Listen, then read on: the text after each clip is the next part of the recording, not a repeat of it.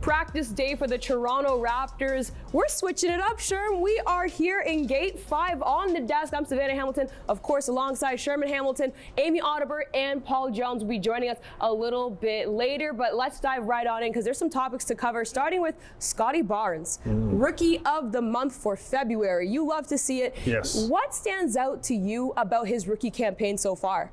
Well, it's been an interesting ride when you think about Scottie Barnes and where he's come from. Remember, draft night, this is not who the Raptor fans expected to be drafted. And you think about his ability to fight through that, understand through Summer League what he had to work on, get better at. And then he comes into this season and he's an integral part of what they're trying to do right off the bat. And he answered the call on both sides of the basketball. And that's what's impressive. And even more impressive is the fact that he's shown people, the fans that might not have expected him to be drafted by the Raptors in that spot, that he's better than they expected. He's much better than they expected, and he's got more versatility to his game. So that was really refreshing. He shoots the ball better than people thought. He's put a lot of work in, but overall it's his mentality. We all talk about the length that the Raptors have. That's kind of their motto. They want those long, angular players. Well, not only that, Scottie's got the brains for the game. He's intellectual when it comes to understanding basketball. And to me, as a young player, that might be the most impressive thing. But to put it all together in play, to help this team, even through the tough times, to be a leader as well as a rookie in this league is an amazing feat for Scottie. So you tip your hat to him. He's done an amazing job, and he just continues to build on it. And it rolls into a Rookie of the Month for him in February. Absolutely. You touched on it right there. IQ, and something that really stands out to me personally when I'm watching rookies and seeing just how they read the floor and how well they're understanding the game and passing is one thing that I really look for. How well are they passing? And yesterday we actually talked a little bit about off camera, the hockey assist that doesn't get tracked in basketball. And I can't help but wonder just how much hockey assists he would have this season if that was actually tracked. So, what stands out to you in terms of his passing abilities in particular? Well, again, to touch on the intellectual approach to the game, I mean, his IQ is very high. So now we have a young player who not only understands how to score the basketball, but he understands passing lanes. He understands the different ways to deliver passes. We've seen Scottie throw the no-look left-hand pass on a line on target. That's a difficult pass to do off the dribble, and he's doing that consistently. And I think when you talk about being able to see the floor, that comes with an understanding of where all the other 9 players on the floor are at any given time. And Scottie has that awareness, but he's got that feel appeal. And I know we're in an era where numbers are where it's at. They're breaking down numbers, it's analytical, but the eye test, just look at his movement, just feel what he does on the floor. The fluidity, the recognition, the ability to deliver the pass. He's got a very, very high skill set and a very good awareness when it comes to passing the basketball. It's impressive when you look at all the skills that he has in his toolbox, but the understanding of when to pull out the tool and when to use it, that might be the most impressive things. Absolutely. Something that he said in preseason early on was that he is a point forward. And a lot of people are like raising an eyebrow at that. A guy of his stature, typically you don't really see that commonly, but he's 100% proved himself, especially in this last stretch without a point guard being available like Fred VanVleet or Malachi Flynn against the Cavs. So, he's really, as you mentioned, passing the eye test there. But we do got to talk about another player, Trent Jr. He just hasn't looked the same since All-Star break. No, he hasn't. And that happens to players where, we've all seen it. They go through slumps. They get into those situations where there's a stretch of games where it seems like you can't throw it in the ocean. But Trent Jr. has shown over his time in the league, and more importantly, over his time as a Raptor, the ability to make shots, to make difficult shots, to create shots. And he's been a guy that they've relied on offensively to be an individual scorer at times and sometimes score off of the offensive sets. But there's no question he's in a real dark place right now in terms of trying to figure out his shot. The key to Trent Jr. is that he has to keep on shooting. You cannot turn down shots because it doesn't feel good or the confidence is dropping. You got to continue to take shots. And I think at the end of the day, guys like that who have been and had success in this league shooting the basketball, it comes down to the habits. What kind of habits do you have? And he will get back to those habits and continue to reinforce those habits, get those shots in before practice, after practice, before games, sometimes after games, he's going to build it back, and there's no question his team and his coaches are imploring him to continue to shoot.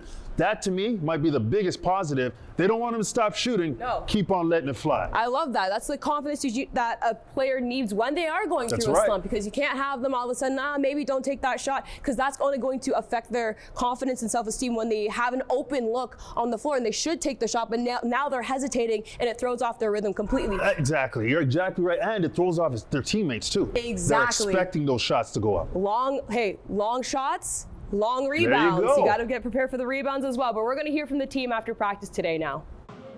Really, we're still in a reorganization mode. I think that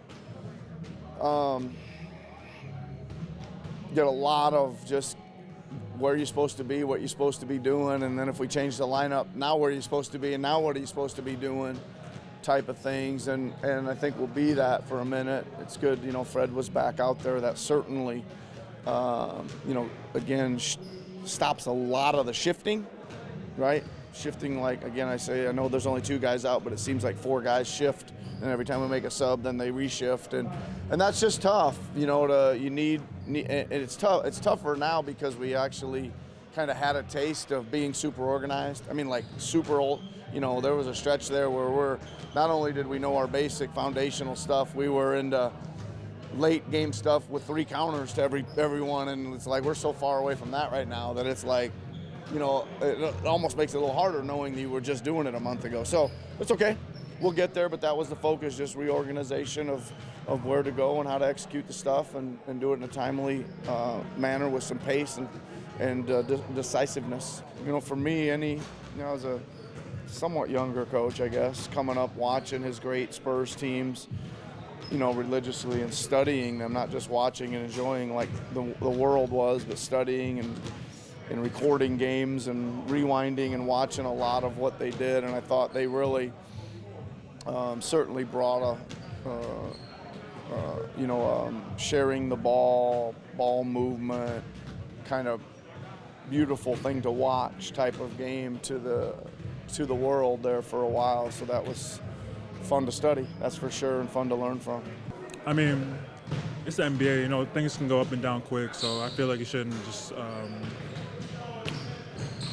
go overboard about it, you gotta do what you keep doing, and then eventually everything will come to full circle. You just gotta do more of the little things, probably crash better, probably space out better, just so you can get more spacing, because like you said, there's no point guard out there, so obviously I've definitely had to change my game a little bit.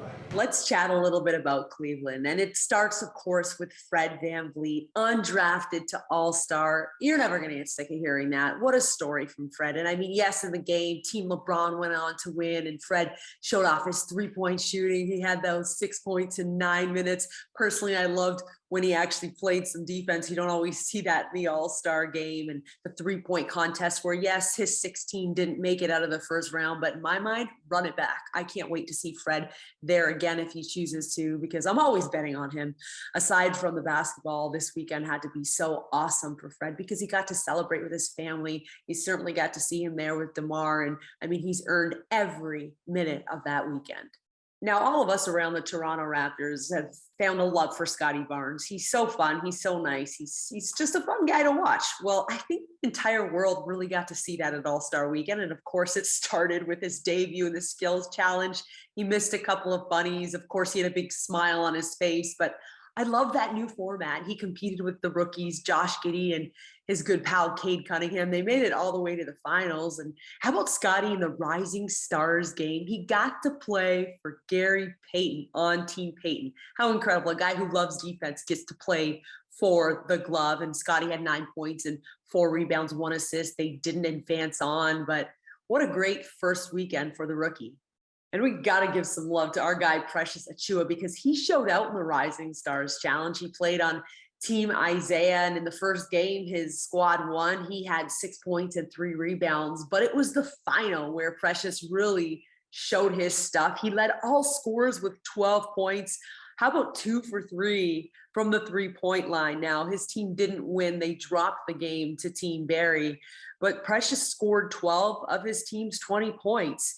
We saw him go rim to rim with some dunks, some monster offensive reboundings, again, those corner threes, and some nice passing too. And we've seen that confidence in the last couple of weeks after the All-Star break from Precious Achiuwa.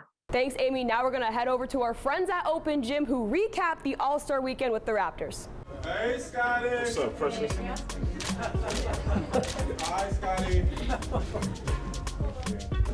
All right.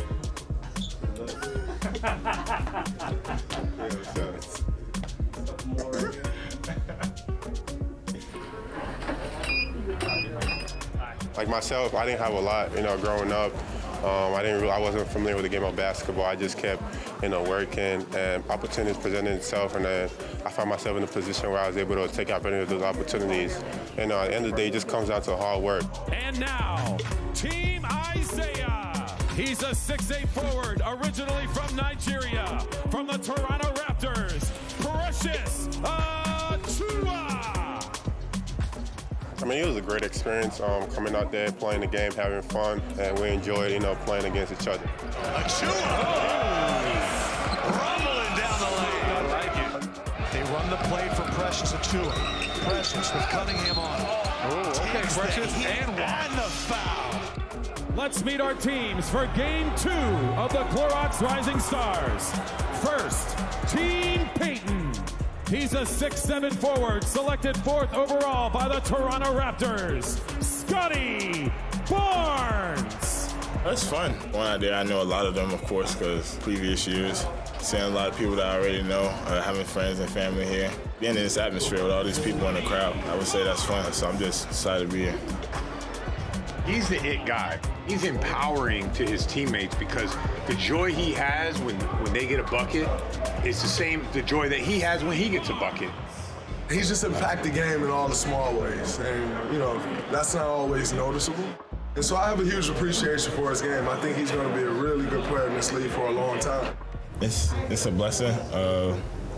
People are taking notice. But I'm just still on my grind, keep grinding. Still got a long way to go. I'm so tired, I'm exhausted, but the good thing is that I was out there, I was having fun. That's the most important thing, out there, have fun and just enjoy the game of basketball. Once I stop playing basketball, the extra stuff goes out the window, so that's good.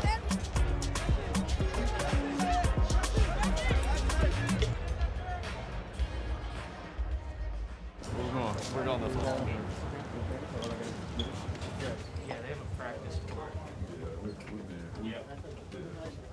I see Fred. What's up, bro? What's up, bro? Oh, you're Dan. Good. Nice to meet you. Good, man. All right, fellas, let's get ready. Last but not least. Last but not least. You want to start camera side on that side, or you want to start bench side? I don't know, bro. I'm gonna have to put all that together right now. So put that in your head, and then money ball rack. Where you want the money ball rack, you let us know.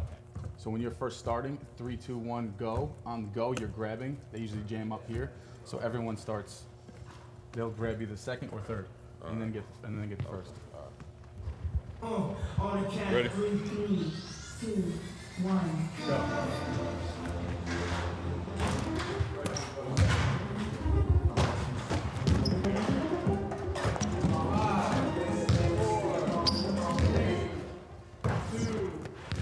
So you can see just the feel of it for you. By the time you're done with the rack, so as you keep going, 30 seconds, you should hit 30 seconds with that final ball on that middle on the rack. Yep. It's really gonna be the license though. Like if I can, I'm glad I got the practice. Hey, can y'all can we put the money balls on that rack right there? This is a real challenge, boy. They ain't lying. What Kyle get? 9? I just gotta beat 9. I think Kyle got 9. Armani Brooks is a guy that could really help the Raptors. Interesting that he signed a 10-day after having an NBA contract with the Houston Rockets a year ago. And he's a guy that shoots the ball well. And when I've talked to people around the league and, you keep an eye on what he does well, he's a good shooter. And you think about the Raptors being in a bit of a slump right now with their three-point shooting. They only made 7 against the Pistons. They made 12, which is about their average against the Orlando Magic, but only 6 in the loss the other night to the Cleveland Cavaliers. They could use some shooting. They're getting the ball movement, but you don't get assists unless guys make shots. So a guy like Brooks could be very helpful when it comes to making shots. Personnel reports and from people I've talked to, they tell me he's better as a catch and shoot guy. Not that he can't break you down off the dribble and look for his own shot, but he's better at the back end finishing when people have been able to move the ball and break the defense down. So let's keep an eye out for that if the Raptors get him on the floor and he's on the floor with the right people. There's been a lot of chatter about the bench and how, well, quote, unproductive, unquote, it has been at times. Look, when you get worn down, the bench people have to step up. The one guy I will say that stepped up and done a decent job from the bench and into the starting lineup in the last game was Chris Boucher.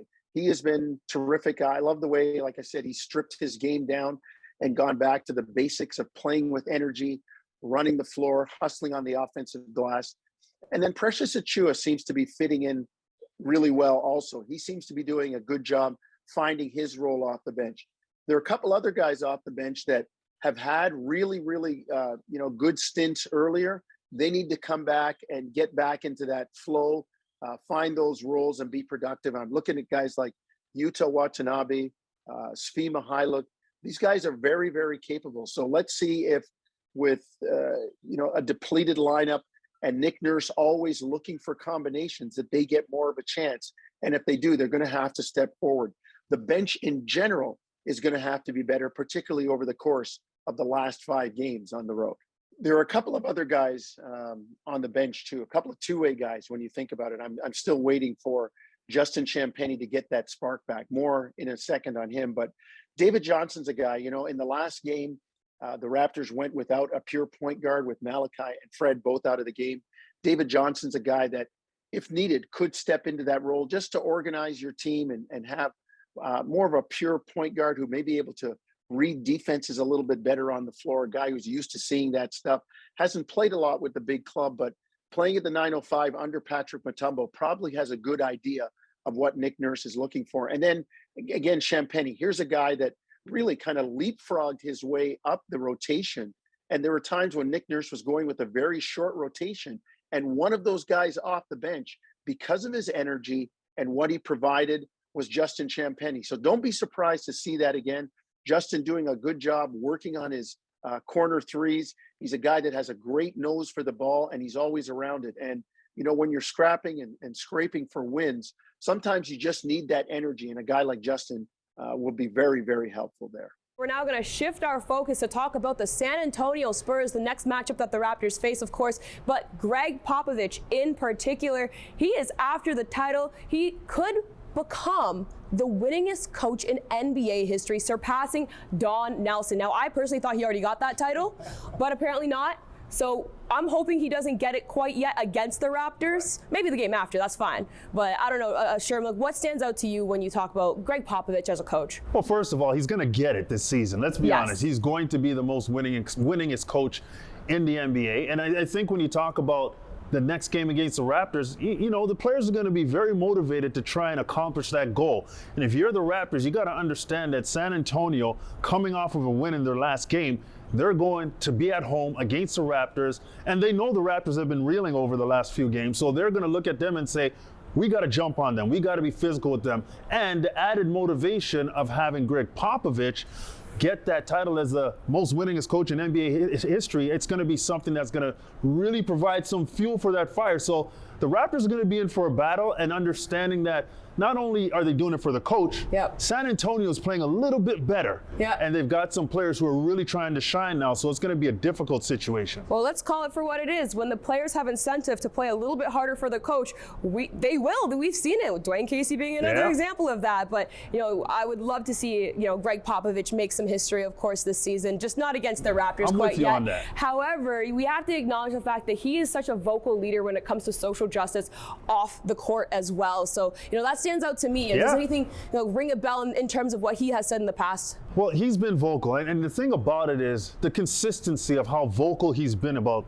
injustices socially and economically around the globe. And I remember years ago when European players were coming to the NBA and a reporter asked him about what he thinks about that. And he said, Well, you know, most of these players, they speak more than one language. So let's not question their intellectual ability. They can play. And he was at the forefront. You look at the teams that he won with, the Manu Ginobili's, the Tony Parkers. You know, he had some international players that he knew were very good basketball players, and they might have been getting slighted at the time, so he defended them.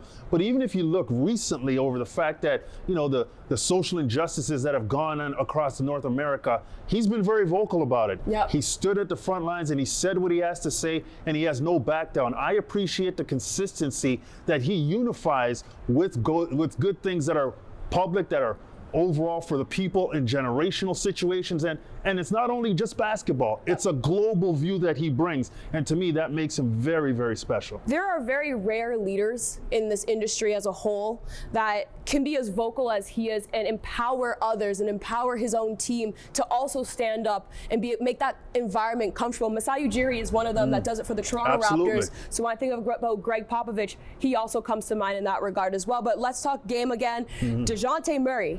He wasn't around the first time the Raptors faced the Spurs, but he is now. What do they got to watch out for with him? A lot. I mean, this guy is a walking triple-double any given night. He's really improved his game. He's healthier now. That helps. But you think about, he's got great length at that point guard spot. His vision. We talked about Scottie Barnes earlier in the show. DeJounte Murray's got great vision. He understands how to set the table for teammates and make plays for them. But also, he's improved his shot greatly. So now he can get to spots on the floor and he can elevate over smaller defenders and knock down shots. Plus, I've always been a fan, and Jason Kidd is one of those guys, of point guards who can get it off the glass and push it and go. He's one of those guys. He rebounds well at his size. He can push the ball in transition, make plays for teammates, but he can score at the rim with his size as well, and he can knock shots down. So he's become a rounded player. And to me, that's why there's a lot of hope in San Antonio. The season hasn't gone the way they wanted it to, but this young man has really proven that he's ready to take that next step. Now we're going to see the expertise of a guy like Pop and that organization to figure out the pieces to continually build around him. Absolutely. And actually, when I think about the development system that Greg Popovich has put together, as you mentioned, it's amazing. You know, we see it, I think, right now with DeMar DeRozan's game. You know, he really refined it in San Antonio under Coach Pop, and now we're seeing him flourish in Chicago. But, you know, the Raptors do got to watch out for that on Wednesday at 8:30. You could catch the game on TSN and also listen to it on TSN as well. From myself, Savanna Hamilton, Paul Jones, Sherman Hamilton, Amy Audibert, and the crew behind the scenes, Armando, Jake, and Garth. Thank you for watching another episode of Raptors Today.